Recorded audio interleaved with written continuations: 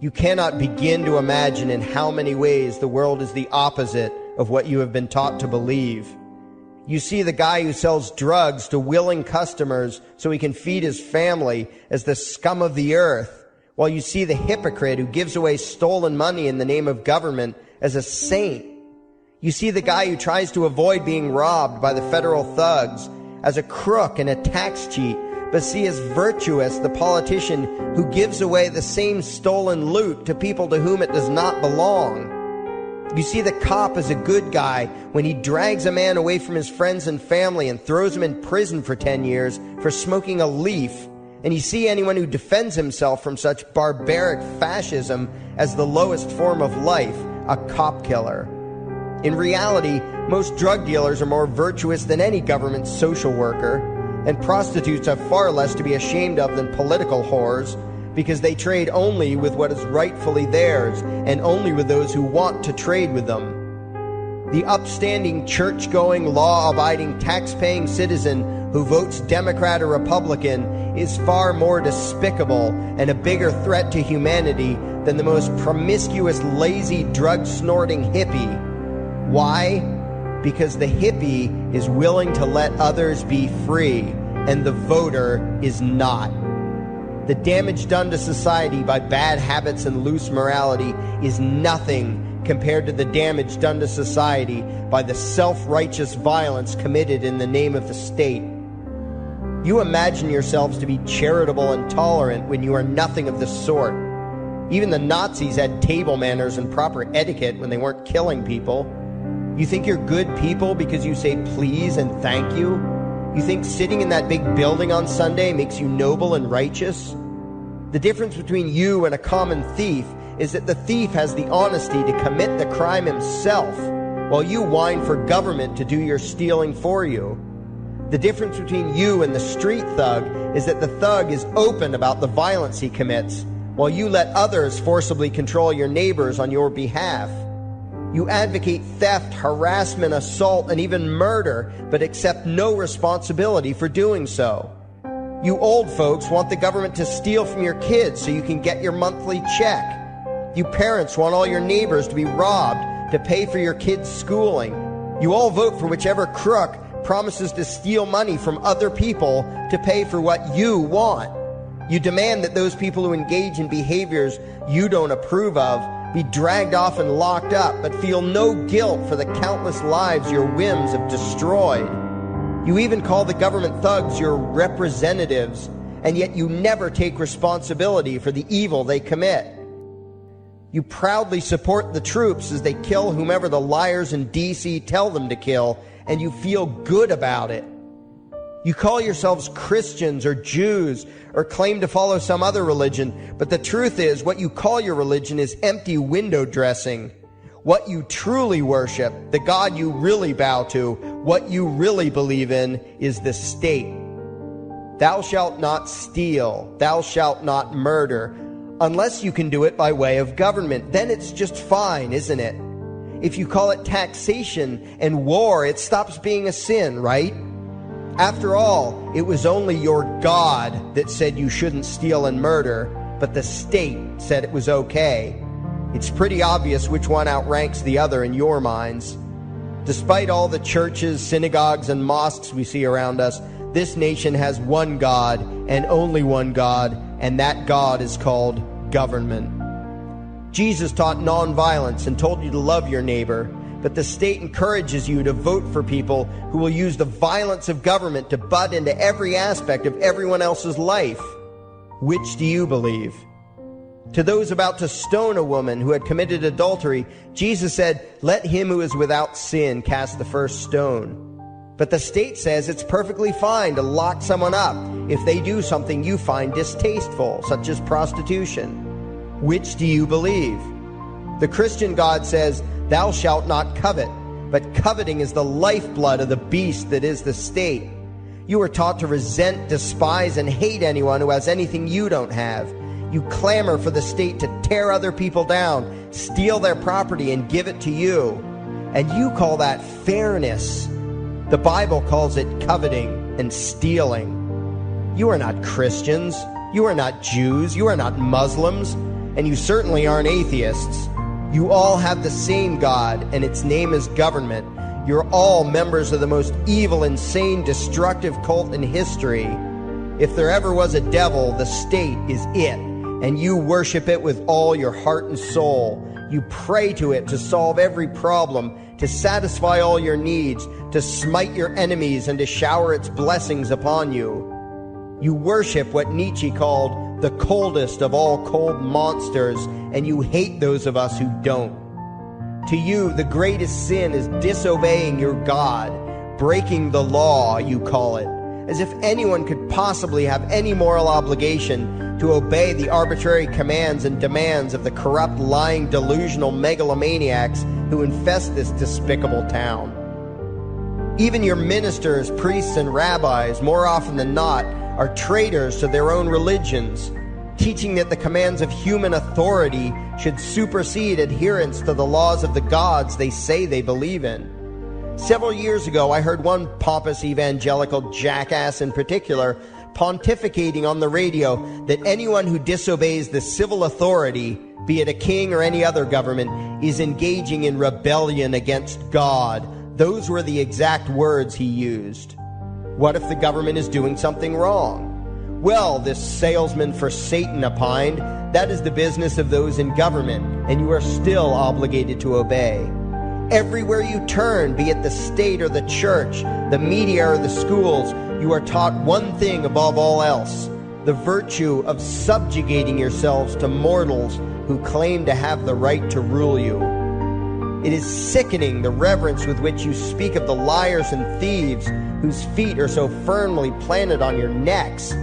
You call the congressmen and the judges honorable, and you swoon at the magnificence of the grandiose halls they inhabit, the temples they built to celebrate the domination of mankind. You feel pride at being able to say you once shook a senator's hand or saw the president in person. Ah, yes, the grand deity himself, His Royal Highness, the President of the United States of America. You speak the title as if you're referring to God Almighty. The vocabulary has changed a bit, but your mindset is no different from that of the groveling peasants of old who bowed low, faces in the dirt, with a feeling of unworthiness and humility when in the presence of whatever narcissist had declared himself to be their rightful lord and master. The truth of the matter, back then and today, is that these parasites who call themselves leaders are not superior beings. They are not great men and women. They are not honorable. They're not even average. The people who earn an honest living, from sophisticated millionaire entrepreneurs to illiterate day laborers doing the most menial tasks you can imagine, those people deserve your respect. Those people you should treat with courtesy and civility. But the frauds who claim the right to rule you and demand your subservience and obedience, they deserve only your scorn and contempt. Those who seek so-called high office are the lowest of the low. They may dress better, have larger vocabularies, and do a better job of planning out and executing their schemes, but they are no better than pickpockets, muggers, and carjackers. In fact, they are worse, because they don't want to rob you of just your possessions. They want to rob you of your very humanity, deprive you of your free will, by slowly leeching away your ability to think, to judge, to act, reducing you to slaves in both body and mind. And still you persist in calling them leaders. Leaders? Where is it that you think you're going exactly that would require you to have a leader? If you just live your own life and mind your own damn business, exercising your own talents, pursuing your own dreams, striving to be what you believe you should be, what possible use would you have for a leader? Do you ever actually think about the words that you hear, the words that you repeat? You parrot oxymoronic terms such as the leader of the free world, even pretending for a moment that there is some huge journey or some giant battle that everyone in the entire nation is undertaking together that would require a leader. Why would you ever think, even for a moment, that the crooks that infest this town are the sort of people you should listen to or emulate or follow anywhere? Somewhere inside your mostly dormant brains, you know full well that politicians are all corrupt liars and thieves, opportunistic con men, exploiters, and fearmongers. You know all this, and yet you still speak as if you are the ones who are the stupid, vicious animals, while the politicians are the great, wise role models, teachers, and leaders without whom civilization could not exist. You think these crooks are the ones who make civilization possible? What belief could be more absurd? Yet when they do their pseudo-religious rituals deciding how to control you this week, you still call it law and continue to treat their arbitrary demands as if they were moral decrees from the gods that no decent person would ever consider disobeying. You have become so thoroughly indoctrinated into the cult of state worship that you are truly shocked when the occasional sane person states the bleeding obvious. The mere fact that the political crooks wrote something down and declared their threats to be law does not mean that any human being anywhere has the slightest moral obligation to obey. Every moment of every day, in every location and every situation, you have a moral obligation to do what you deem to be right, not what some delusional bloated windbag says is legal. And that requires you to first determine right and wrong for yourself, a responsibility you spend much time and effort trying to dodge. You proclaim how proud you are to be law-abiding citizens and express your utter contempt for anyone who considers himself above your so-called laws, laws that are nothing more than the selfish whims of tyrants and thieves. The word crime once meant an act harmful to another person. Now it means disobedience to any one of the myriad of arbitrary commands coming from a parasitical criminal class. To you, the term crime is nearly synonymous with the word sin, implying that the ones whose commands are being disobeyed must be something akin to gods, when in truth they are more akin to leeches.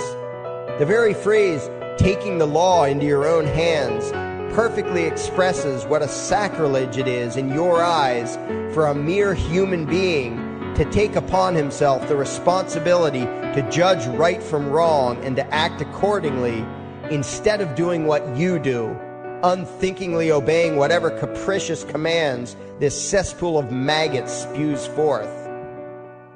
You glorify this criminal class as lawmakers and believe that no one is lower than a lawbreaker, someone who would dare disobey the politicians. Likewise, you speak with pious reverence of law enforcers, those who forcibly impose the politicians' every whim upon the rest of us. When the state uses violence, you imagine it to be inherently righteous and just, and if anyone resists, they are, in your eyes, contemptible lowlifes, lawless terrorist criminals. Like the lawless terrorist criminals who helped slaves escape the plantations. Like the lawless terrorist criminals who helped Jews escape the killing machine of the Third Reich. Like the lawless terrorist criminals who were crushed to death under the tanks of the Red Chinese government in Tiananmen Square. Like all the lawless terrorist criminals in history who had the courage to disobey the never-ending stream of tyrants and oppressors who have called their violence authority and law.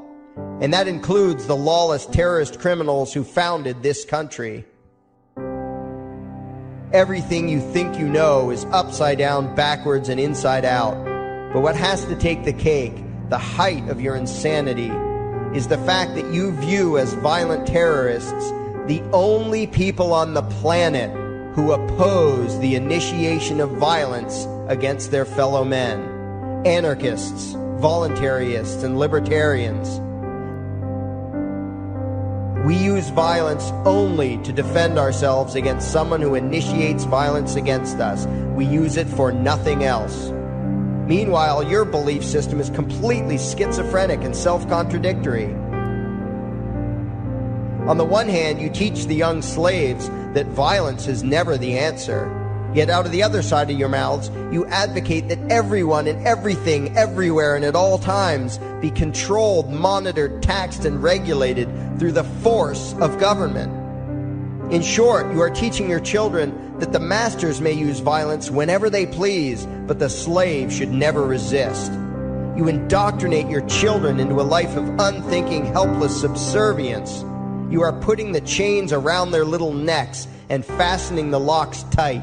And worst of all, you feel good about it. Out of one side of your mouths, you condemn the evils of fascism and socialism and lament the injustices of the regimes of Hitler, Stalin, and Mao. While out of the other side of your mouths, you preach exactly what they did. The worship of the collective, the subjugation of every individual to that evil insanity that wears the deceptive label, the common good. You babble on and on about diversity and open-mindedness, and then beg your masters to regulate and control every aspect of everyone's lives, creating a giant herd of unthinking conformist drones. You wear different clothes and have different hairstyles, and you think that makes you different. Yet all your minds are enslaved to the same club of masters and controllers. You think what they tell you to think and do what they tell you to do while imagining yourselves to be progressive, thinking, and enlightened. From your position of relative comfort and safety, you now condemn the evils of other lands and other times while turning a blind eye to the injustices happening right in front of you. You tell yourself that had you lived in those other places, in those other times, you would have been among those who stood up against oppression and defended the downtrodden. But that is a lie. You would have been right there with the rest of the flock of well-trained sheep, loudly demanding that the slaves be beaten, that the witches be burned, that the nonconformists and rebels be destroyed. How do I know this? Because that is exactly what you are doing today. Today's injustices and oppressions are fashionable and popular, and those who resist them, you tell yourselves, are just malcontents and freaks, people whose rights don't matter, people who deserve to be crushed under the boot of authority. Isn't that right?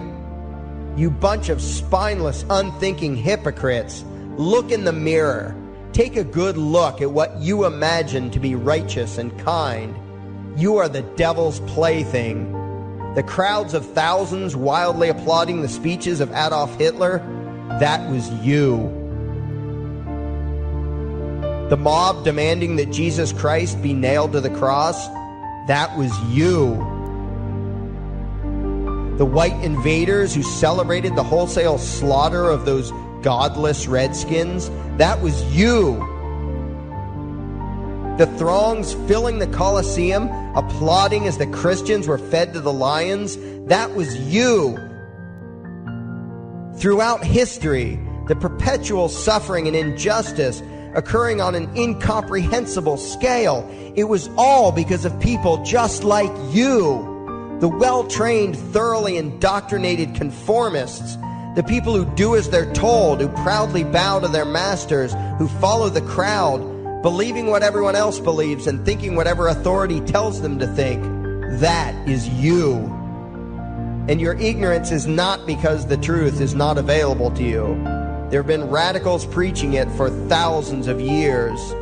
No, you are ignorant because you shun the truth with all your heart and soul.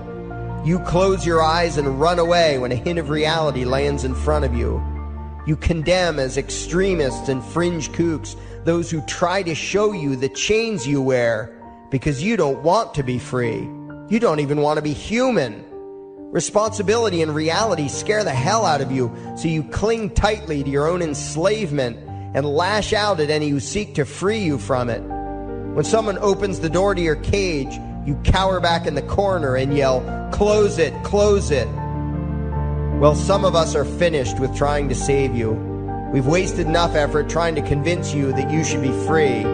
All you ever do is spout back what your masters have taught you, that being free only leads to chaos and destruction, while being obedient and subservient leads to peace and prosperity. There are none so blind as those who will not see. And you nation of sheep, would rather die than see the truth.